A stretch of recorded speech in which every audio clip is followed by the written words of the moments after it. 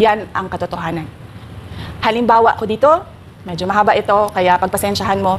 Ito na yung sinabi ni VP Sara na may ikukwento ako sa buong bansang Pilipinas kung ano talaga ang nangyari, bakit nag-resign siya bilang gabinete ni PBBM. At isa sa mga dahilan ay ito. Narito ang Balitang Pinoy TV.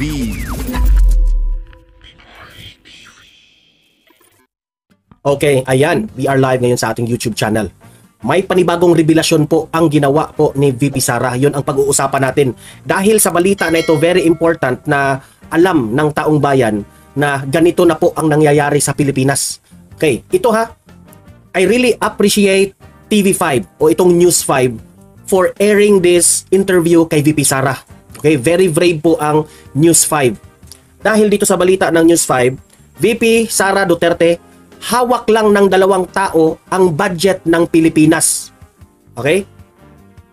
Kahapon, sabi natin kahapon, nag-wild guess tayo. Sino itong 2 taong to? Ha? Sino sila? Ha? Tapos ngayon, malalaman nyo dito. Obvious naman, I'm pretty sure some of you have saw the video already. Okay? So yan ang pag-uusapan natin ha, kung paano nila binalintong itong budget ng Pilipinas. Paano nila tinambling-tumbling itong budget ng Pilipinas. Ha? Kung nangyari po ito sa Department of Education nung panahon po ni VP Sara, how much more from other projects? Nagtatanong tayo, ganito ba rin ang ginagawa ng Kongreso sa mga budget na to? Yung mga budget nga sa flood control project, kaya nagka-problema? Maraming tanong ang taong bayan ngayon sa revelasyon lang ni VP Sara. Mamaya, pag-usapan natin yan. Pangalawa nating pag-usapan, may kinaugnayan ito sa issue sa Kongreso, sa issue po sa budget po ng Office of the Vice President. Malalago talaga kayo, matutuklasan talaga yung mga kabalastugan nyo. Sinabi dito sa balita ng News 5, ilang mambabatas nagkasagutan. Sina Marcoleta ha, doon. Pati itong si Kimbo. Alam naman natin si Kimbo, ang daming nagsasabi na bias si Kimbo doon. Nagkasagutan matapos imungkahi ni Representative Marcoleta na tapusin na ang budget ni VP Sara. Kasi alam natin, tradisyon na, irerespeto ang presidente at ang opisina ng vice presidente ha, sa hearing ng Congress when it comes to budget. Di ba? Yung kay Presidente Bongbong Marcos, terminate kaagad yung hearing. Di ba? Ibig sabihin, wala nang question pa. Talagang okay na kaagad. Pero bakit itong si VP Sara, ang budget ng OVP, ha, ang dami pa ninyong pautot, ang dami pa ninyong tanong-tanong. Ha? So si Marcoleta po, kaya sasabihin ko dito, dapat talagang iboto natin itong si Marcoleta.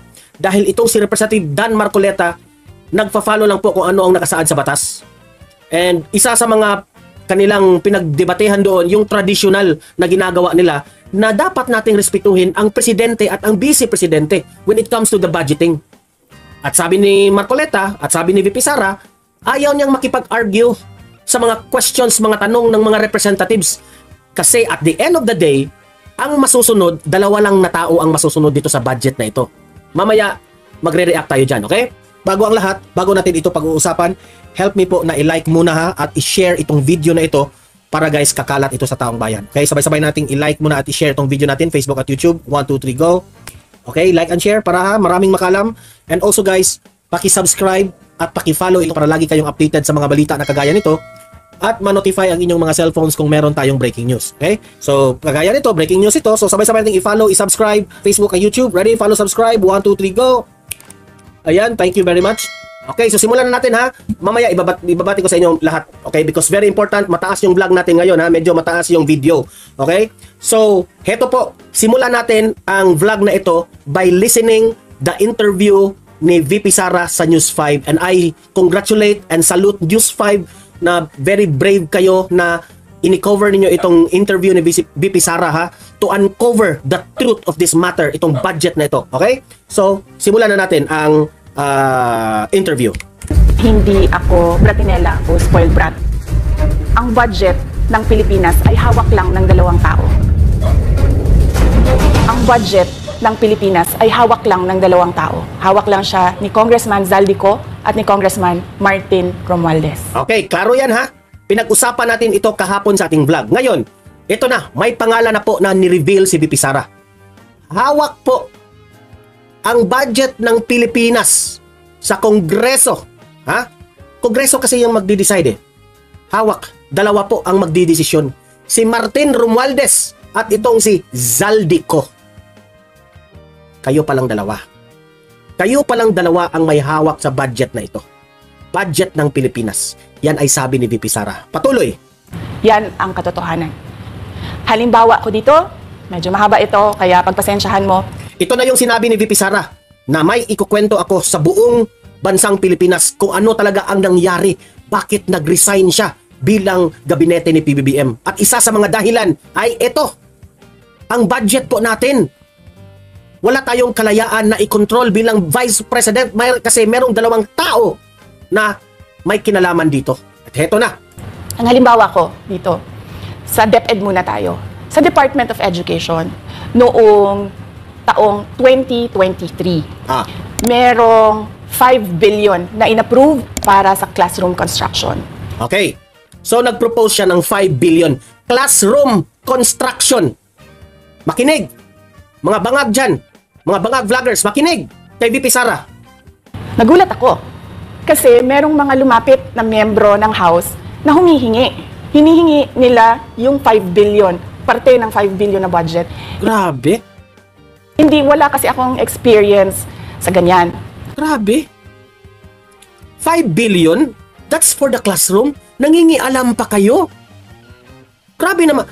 Hindi kayo naaawa sa mga guro at sa mga estudyante? Ang proposed budget is 5 billion. Tapos, hihingan pa nyo? Pakikialaman nyo pa? At hindi sanay si VP Sara ng ganyan. Kasi kung what's allotted for the budget is that for classroom yan. Bakit kayo hihingi pa dyan? Ang kakapal ng mukha ninyo. At saka ang pagkakaintindi ko, pag in-approve na yan ng Office of the President, ibibigay na yan, pagdediretso na yun sa approval at trabaho ng Department of Education sa construction Correct. ng mga classroom. Nagulat ako. Yung 5 billion, diretsyo na yun. Kasi yun ang nakasaad doon sa lista. Itong 5 billion na ito, para ito sa classrooms ng ating mga estudyante at mga guro. Bakit niyo pakikialaman? Humingi. Magkano ba ang amin dyan? Magkano ba ang amin dyan? Grabe. So, kakatingan nila yung 5 billion? Ganun ba? Grabe. Humingi. Ulit ha. Kasi gusto kong maiintindihan eh. Na budget. Hindi, wala kasi akong experience. Dito. Ang halimbawa ko, dito. Ito yung example niya. Example niya. Pinaulit ko para po ito sa mga bangag at mga dilawista at sa mga humahanga po dito kay Tamba, Los.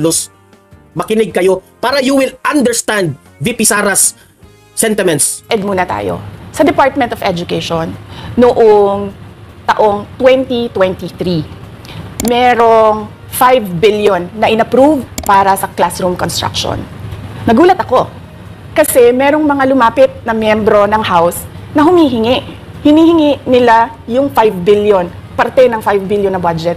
Hindi, wala kasi akong experience sa ganyan. Grabe. At saka ang pagkakaintindi ko, pag in-approve na yan ng Office of the President, ibibigay na yan, pagdediretso na yun sa approval at trabaho ng Department of Education sa construction Correct. ng mga classroom. Nagulat ako, may humingi.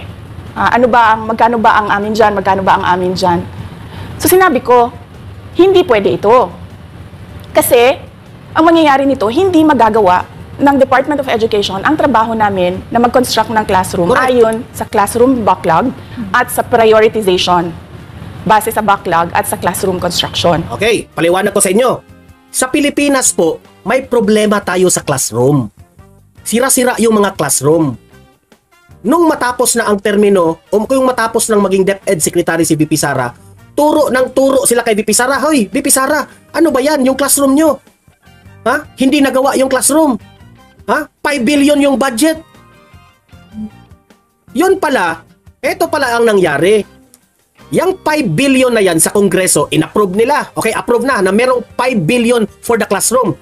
Tapos, pipirmahan yan sa Office of the President, which is si Bongbong Marcos. So meaning, yung 5 billion na yan, para talaga yan sa classroom. Approve na 5 billion. So, ang Department of Education na ang bahala dyan kung paano nila i-construct yung classroom na yan. Kung hawak yan ni VP Sara yung pera na yan, sana tapos na ang problema natin sa classroom na yan. Basing sa sinabi ni VP Sara, may nanghingi pa. Sabi ni VP Sara, hindi yan pwede. This is for the budget for the classroom. Bakit kayo ganyan? Grabe naman kayo, pangkukurakot yan. Hindi ganyan. Kaya pala, sobrang hirap ng ating bansa. Naka-allotted na yan for the classroom, tapos ganyan yung gagawin nyo. So sinabihan ko yung isang congressman, sabihan ninyo si Martin Romualdez na hindi pwede chap-chapin ang classroom construction na 5 billion. So hindi pwede chap-chapin ang 5 billion ha. Pumalag si VP Sara. Pumalag siya. Sabi ng isang congressman, magkano ang amin dyan? Anong magkano ang amin dyan? Walang sa inyo dahil ito ay para sa classroom. Budget ito ng Department of Education for the classrooms. Sabihin niyo si Martin, hindi yan pwede. Ito ang kasunod. Anong nangyari? Anong nangyari? Kaya kung makikita ninyo sa budget proposal na approved ng Office of the President, 5 billion yon. Pero Crazy Brooks, we are talking pa dito sa 2023. Okay? Yung sinabi po ni VP Sara na 5 billion. Example niya. nung lumabas yung GAA o yung budget approved noong 2023, naging 15 billion siya. 15 billion. Okay? Ulitin para hindi kayo malito. Kung makikita ninyo sa budget proposal na approved ng Office of the President, 5 billion yon. 5 billion ha? 5 billion 917,395. Ano no? 5 billion 917 billion 395,000. Okay? Pero nung lumabas It's okay, Crazy Brooks. It's okay. yung GAA o yung budget approved noong 2023, naging 15 billion siya. Okay. Dahil hindi nga ako pumayag na kunin yung 5 billion, dinagdagan nila ng 10 billion yung classroom construction. Grabe. Booking! Kasi hindi sinunod ni VP Sara yung utos nila na mangingialam kami sa 5 billion, magkano ang sa amin dyan? Sabi ni VP Sara, no, para ito sa 5 billion sa Department of Education classrooms. Sabihin niya si Martin, kasi kaibigan pa sila at that time. So ito yung nangyari, dinagdagan yung budget ng classrooms.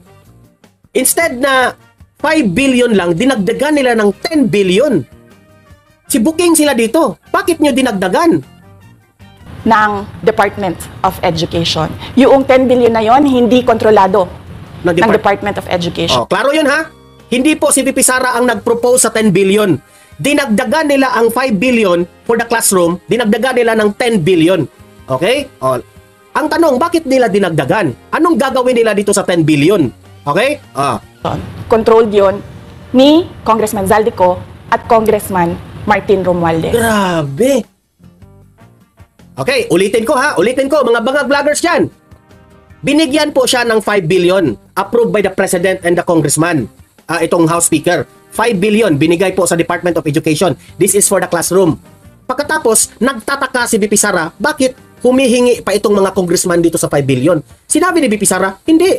Para ito sa mga classrooms. Huwag na kayong humingi dito sa 5 billion. Nagtataka siya, bakit naging dinagdagan ng 10 billion? Okay? Itong explanation ko ha, sinisimplify ko. Hello, Ruby Tabios. Sinisimplify ko para maintindihan po in a layman's term, okay? Dinagdagan po ng 10 billion. Okay? So, meaning, ang budget ng classrooms is already 15 billion, etc. Pero, hindi po hawak at hindi po kontrolado. Let me say it again. Hindi po hawak ng Department of Education at hindi po kontrolado ng desisyon itong 10 billion na idinagdag dito sa classroom. Hawak nga ito ni Martin Romualdez o desisyon po nila ito ni Martin Romualdez. Okay? Naintindihan? Continue. Hindi ko na kailangan ng corroborative witness dito. Correct. Dahil hindi siya kailangan ng witness o tao man na ito nakapagsabi. Dahil lahat ng ito ay nasa papel. Pirmado ito ha. Sa tingin ko, pirmado ito. Ako, I'm just narrating of what VP Sara is telling to the Filipino people. Itong 15 billion na ito, ang 10 billion dyan, kontrolado. Kasi hindi na nila makontrol itong 5 billion. Kasi ayaw ni VP Sara pakialaman itong 5 billion na ito. Pero wait, there's more. Tingnan natin kung magkano talaga ang gagastahin ni VP Sara sa 5 billion na ito.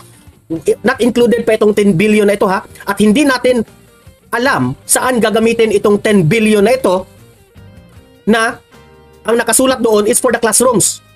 Okay? So, let's wait and see. Okay, continue. makikita niyo yon sa papel. Makikita ng taong bayan yon. Lahat doon is written in paper. At pirmado yon, for sure. Okay? So, hindi po siya nagsisinungaling. Never po itong magsisinungaling kasi that's written on paper. Ito na nga mga kabalita, Ano na ang masasabi nyo patungkol sa balitang ito? Please comment down below mga kabalita. Pag-usapan natin yan sa comment section. At kung di ka pa nakasubscribe sa ating channel, baka naman